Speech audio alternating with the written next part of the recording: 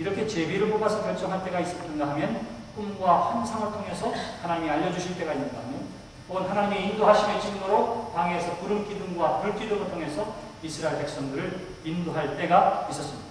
그런데 이 모든 것들은 개인을 위해서 하나님께서 보여주신 표적이 아니라 민족을 위해서, 공동체를 위해서 보여주신 표적이었습니다. 오늘 말씀도 마찬가지입니다. 이 종은 자기 자신을 위해서 표적을 구한 것이 아니라 바로 하나님의 뜻을 이 아브라함도 나의 종도 알게끔 곧 다른 사람과 공동체를 위한 뜻을 구하고 있었던 것이죠. 그러므로 하나님의 인도하심이라고 하는 것은 의의 길로 다른 사람들을 최대한 유익하게 하고 하나님을 최대한 기쁘시게 하는 것. 그래서 하나님 중심이고 이웃 중심인 것, 이것이 바로 하나님의 뜻입니다. 이렇게 말할 수가 있는 것. 우리가 먼저 기도합니다. 그 기도 가운데에 우리가 믿음으로 하나님의 말씀을 통해서 분별할 수 있는 믿음의 사람들이 되시기를 주님의 이름으로 기도합니다. 감정대로 움직이지 마세요. 상황대로 판단하지 않습니다. 제가 강교 신학대학에서 공부할 때에 저랑 같이 공부했던 한 사람이 있습니다. 얼마나 뜨거운지 몰라요. 얼마나 뜨거운지 몰라요.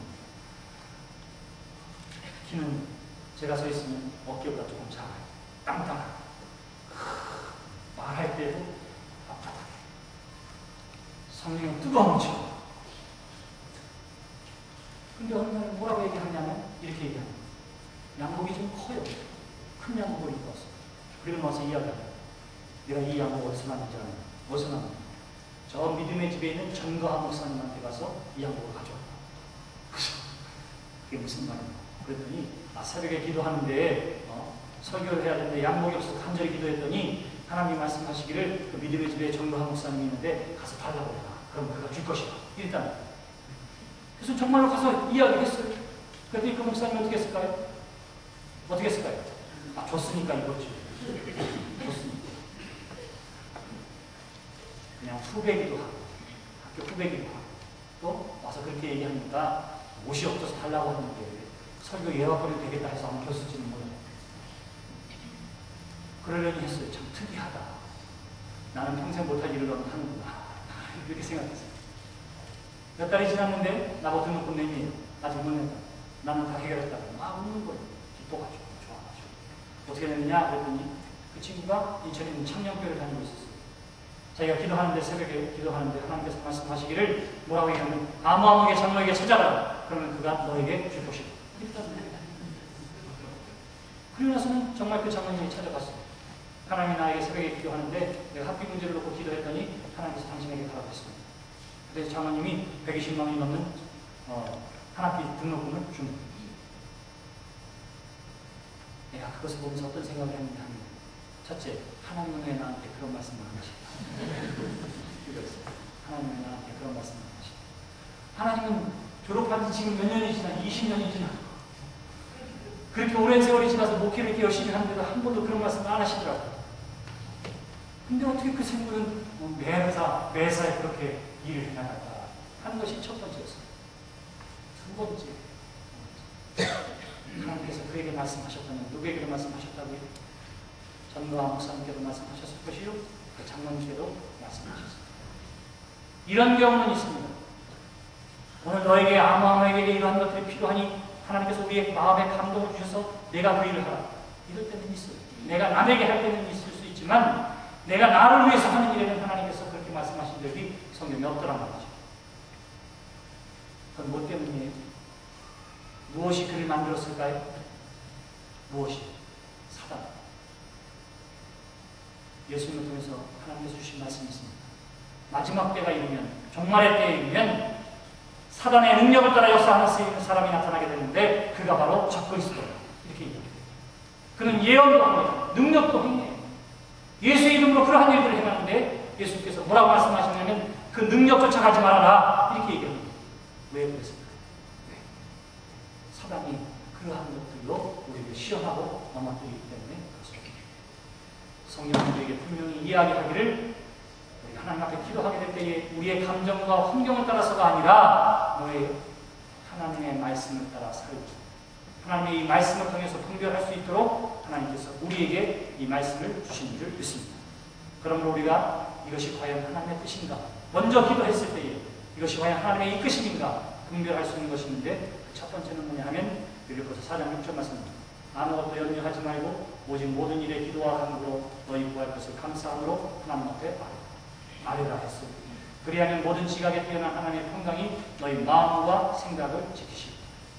여기 중요한 말이 있습니다. 평강, 샬롬, 평화라는 말이고요. 지키시리라 하는 말입니다.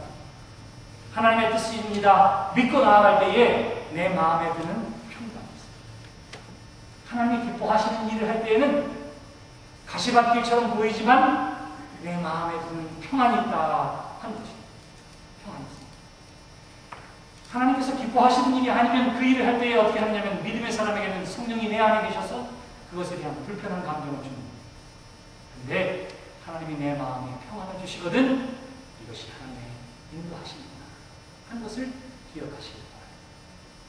또 하나의 단어가 있는데 지키시리라 하는 것. 헬라어 말에서 이 지키시리라고 하는 말은 큰 성으로 너를 둘러싸리라 이런 뜻을 가지고 있습니다.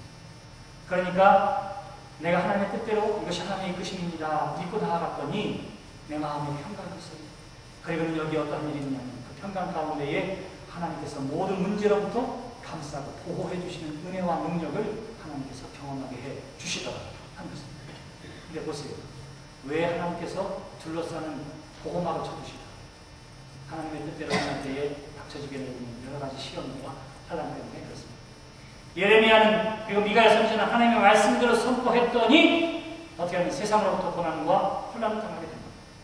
하나님의 말씀을 따라 구름 기둥과 불 기둥을 따라갔더니 굶주림과 목마름에 어려운 시험의 길을 걷게 됩니다. 예수님의 제자들은 예수님의 말씀을 따라서 호수 건너 베세다로 가라 하는 말씀에 순종했더니 호숫가에서 큰 풍랑을 만나게 됩니다. 하나님의 이끄심 가운데 순종하고 갔더니 때로는 어떻게 하냐면 고난과 hun경을 겪게 되는 거예요. 그런데 그 고난과 hun경 가운데 하나님께서 어떻게 하십니까? 지키시리라. 둘러싸주신 은혜와 은총을 경험합니다. 예수님 말씀 순종해서 호수를 건넜던 그들이 풍랑을 만났을 때에 물 위를 걸어서 당신들에게 오시는 예수님의 은혜와 능력을 저들이 경험할 수가 있었던 것이죠. 사랑하는 성도 여러분, 기도하는 가운데에 평강의 길, 지키심의 길을 선택하는 여러분들이 되시기를 바랍니다. 또 하나의 중요한 것이 있는데 로마서 12장 12절 말씀을 통해서 2절 말씀을 통해서 우리에게 주는 말씀입니다. 너희는 이 세대를 본받지 말고 오직 마음을 새롭게 함으로 변화를 받아 하나님의 선하시고 기뻐하시고 온전하신 뜻이 무엇인지 분별하라. 마지막 단어가 중요합니다. 뭐라고요? 분별하라. 분별하라.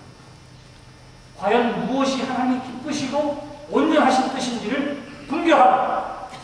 하나님이 우리에게 주신 지혜를 통해서 판단하라. 이렇게 이야기하고 우리가 모든 분별의 근거는 어디에 있습니까? 감정과 상황에 있지 아니하고 어떻게 하냐면 바로 이 성경에 있는 것입니다. 그러므로 성경을 가까이 하는 여러분들이 되십니다. 하나님의 말씀을 읽다 보면 이 말씀을 통해서 분별의 능력과 지혜를 얻게 되는 줄 믿습니다. 아브라함의 종은 그리고 기드온은 이러한 말씀을 이미 받지 못한 시대였기 때문에 표적을 구해야 할 때가 있었습니다. 그러나 저와 여러분들에게는 이미 하나님의 기쁘시고 온전하신 뜻이 무엇인지를 알 수 있는 성경을 주셨기에 하나님의 이끄심이 어디에 있는지를 알기를 원하거든 이 하나님의 말씀을 가까이 하는 여러분들이 되시기를 주님의 이름으로 기원합니다. 말씀을 가까이 해야 합니다. 또 하나의 중요한 사실이 있는데 시편 77편 20절에 보시면 주의 백성을 무리양같이 모세와 아론의 손으로 인도하셨느니라. 이스라엘 백성들을 누구를 통해서 인도했다고 그러지? 하나님이 세운 지도자 모세와 아론을 통해서 그들을 우리의 양같이 인도하셨다. 그렇게 이야기합니다. 사도 바울은 이야기하기를 너희는 내가 그리스도를 본받은 자 된 것 같이 나를 본받는 자 되라. 이렇게 이야기합니다. 이것이 무엇일까? 하나님이 세운 지도자들을 통해서 또한 우리가 하나님의 인도하심, 이끄심을 받을 수가 있더라. 성경이 그렇게 우리에게 증언하고